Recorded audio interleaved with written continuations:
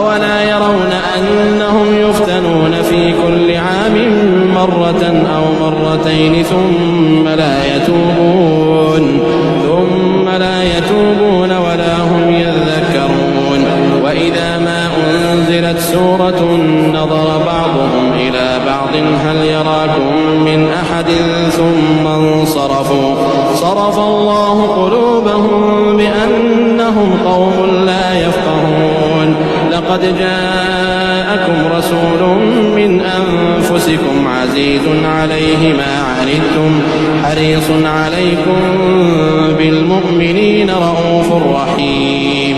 فإن تولوا فقل حسبي الله لا إله إلا هو عليه توكلت وهو رب العرش العظيم.